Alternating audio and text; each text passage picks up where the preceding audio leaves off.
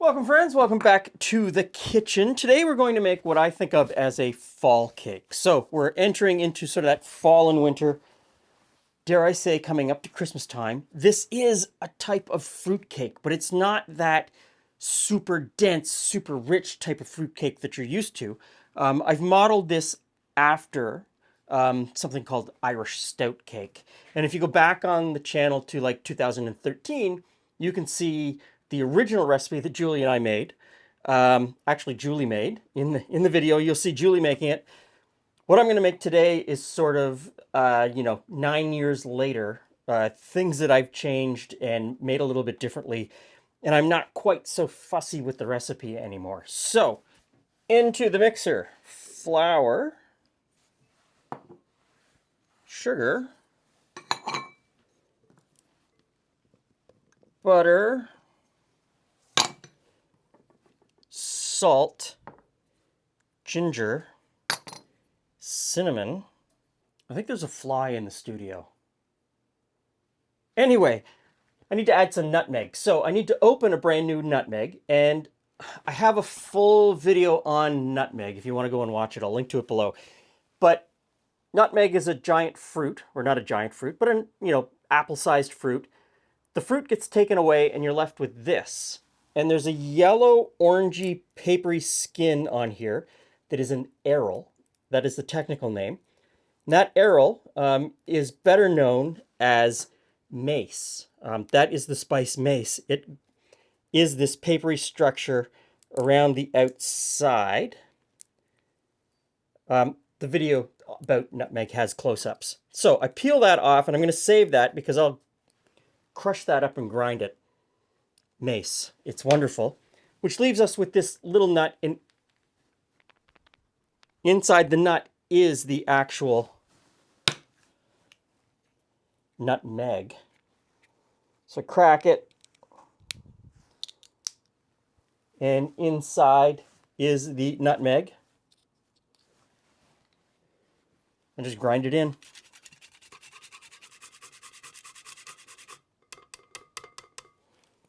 Okay. Now we'll combine all of this. Okay, I'll just let that mix together until it's like a really fine, crumbly sand. Now, this is a stout cake. Historically, before stout came porter. So this is our home brewed porter. If you head over to our brewing channel, you'll see me brewing this. We need about 330 mils, about a bottle's worth of porter. And I'll just let that settle. First came porter, and then they brewed a stronger porter, and it became known as stout porter. And then, humans being what humans are, stout porter's too long to say. It just became known as stout. You could use either porter or stout, and use your favorite. The obvious choice is, of course, Guinness. Just get yourself a bottle of Guinness and use that. Okay, and to the porter or stout, we're going to add 2 eggs. And I need to whisk the eggs in here, but the beer is still a little bit bubbly, so I'm going to let that sit a little bit longer. This mixture is looking good. I've got a nice sandy texture. To this, I need to add the fruit. It asks for candied peel. Usually I would use a mix of different colors: green, yellow, red. I only had red in the house today, and I've also got some glacé cherries in there as well. It also asked for, sultanas and currants. I've gotten to the point where I just use whatever raisins I have in the house. And since currants are raisins, they're Corinthian raisins, I don't feel bad making those substitutions. So I've got a couple of different kinds of raisins in here that were just hanging about in the cupboard. And I'm going to put nuts in. The original recipes don't call for nuts at all. I've got some chopped up pecans here. I'm going to put those in. I found a bunch of different types of nuts go really nicely in this cake. So keep that in mind. Don't be a slave to what's written on the page at all. I mean, dates would go really well in this. Apricots, dried apricots would go really well. Okay. There we go. Okay. Whip in those 2 eggs. I should have used my bigger mixer. There's a lot of batter going on here. Now, in true sort of fruitcake, the oldie times fruitcake, there's no leavening. And by the time this porter gets in there, the CO2 will be mixed and gone. There is no leavening. So this is a very, pardon the pun, very stout cake, even though we're using porter.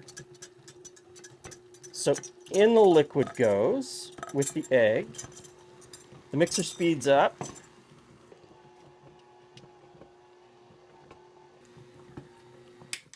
Okay, that's looking good.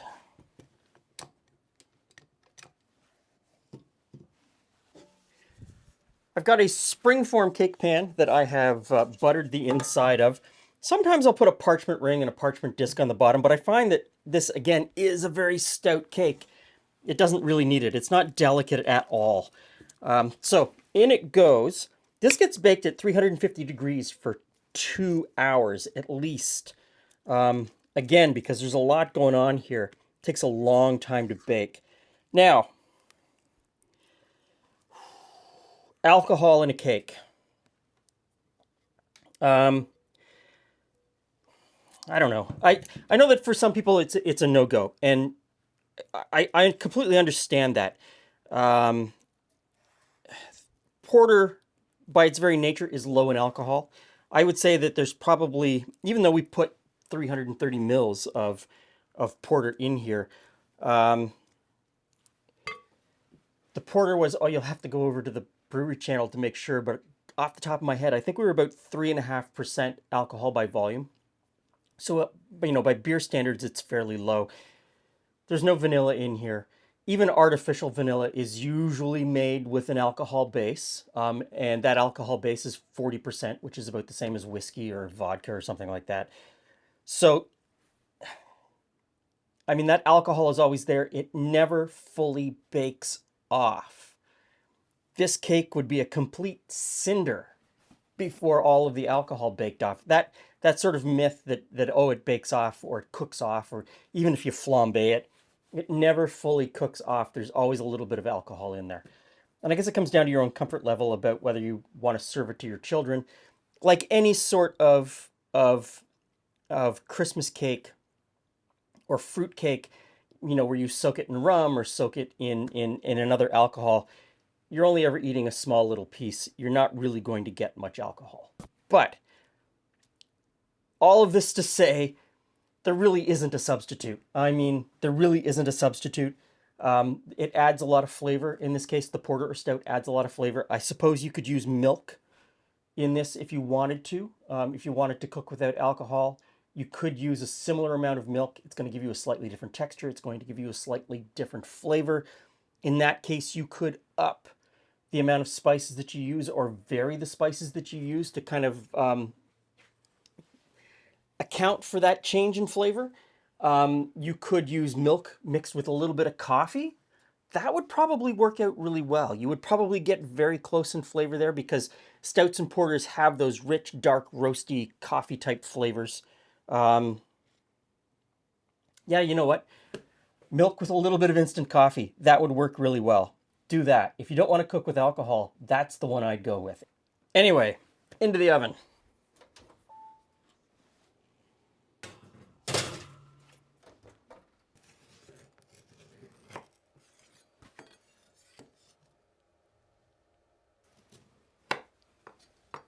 Hey, Jules. Hey, Glenn. Hey, friends. So, Is it fruitcake season? Not quite. kind of fruitcake. So, teachable moment. Last time I made this cake, I made it in a different oven. It took 2 hours. This time I made it in this oven. Mm-hmm. And I pulled it out at 1.5 hours. Looks like it's well done. And it's a little bit dark. Mm. The cake's really moist, though, isn't it? But oddly, yeah, it's not. I was, Yeah, no, from the outside. usually that goes dried out, but not dried out. No, not at all. There's so much liquid in it and so much fruit. It's got really good flavor.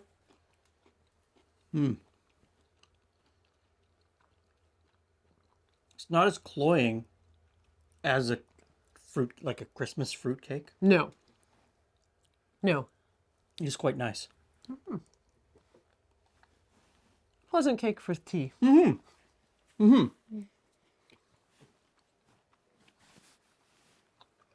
Clearly, we can't stop eating it, so that's working out.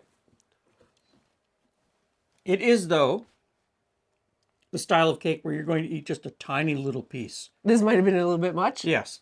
It is dense. It's heavy. It's full of flavor. Play with your fruits, right? Use any kind of dried fruit in this. There's tradition, yes. But if you like dates or you like apricots, dried apricots would go really well in this. Just they have to complement one another, right? Yeah. Dried cherries, any dried fruit would. Well, I threw some glazed cherries in there with the That would explain the little. yes. So play with your fruit. Could almost be any time you've got leftover fruit from your fruit cake. Yeah. You just Yeah. make this as a separate cake. And if you wanted to soak Deal. your fruit ahead of time in can do that too. some brandy, that wouldn't be such a bad thing either. Okay. Really good cake. Check out our other channel for us making the beer that's in this cake. There's the porter in this cake. Oh, there you go. Very light beer Now you know flavor. what to pair. Now you know what to pair it with. Apparently, a pint of porter. Thanks for stopping by. See you again soon.